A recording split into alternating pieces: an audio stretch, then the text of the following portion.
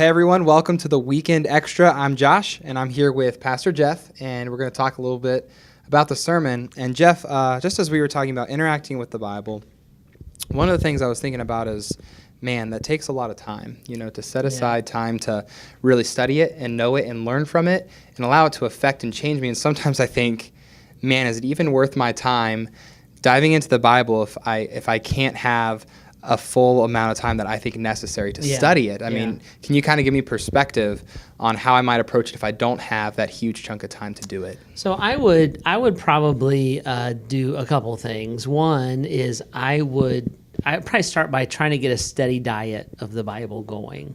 So there's a sense that I'd rather you grab hold of 10 or 15 minutes a day as opposed to like trying to find that one class that you can go to and learn everything from. So I think at a beginning point, that's a big deal, is that you basically just get your head around things. I talked this weekend about how we should just start with the easy stuff, So I like to start with the book of John. I always recommend that. Like if you only had time to dive at something like that, I would go after Jesus first.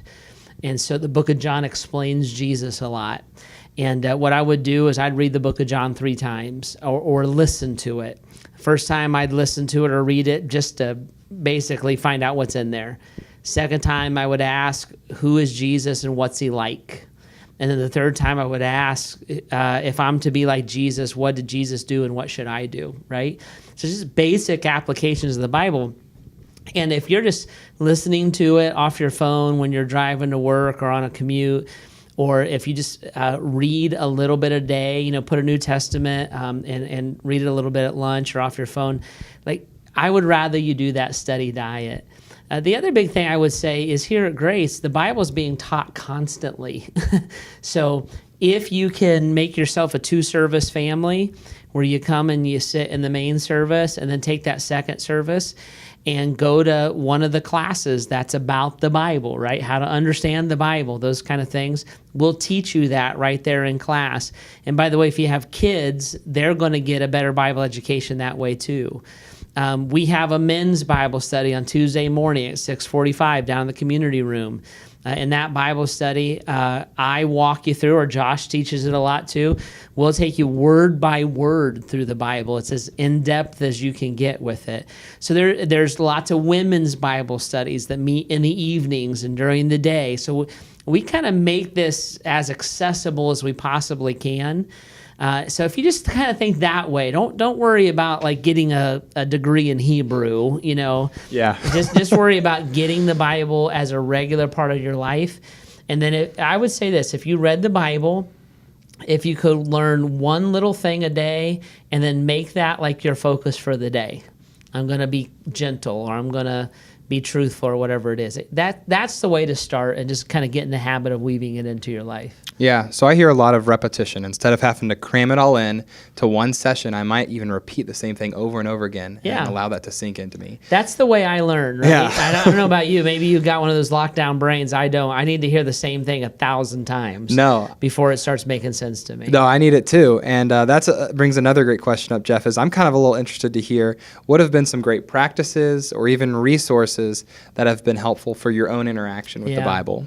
So I'm a big auditory learner, so I like to listen to things, and I tend to understand things better if I listen and I read at the same time. So all this new technology on your phone, where the Bible can be spoken to you while you're reading it, that's been a great resource for me.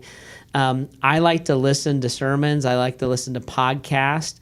And then I like to get overviews of the Bible. So there's great books out there, like one's called Understanding the Bible. There's great classes that we teach here that are overviews of the Bible.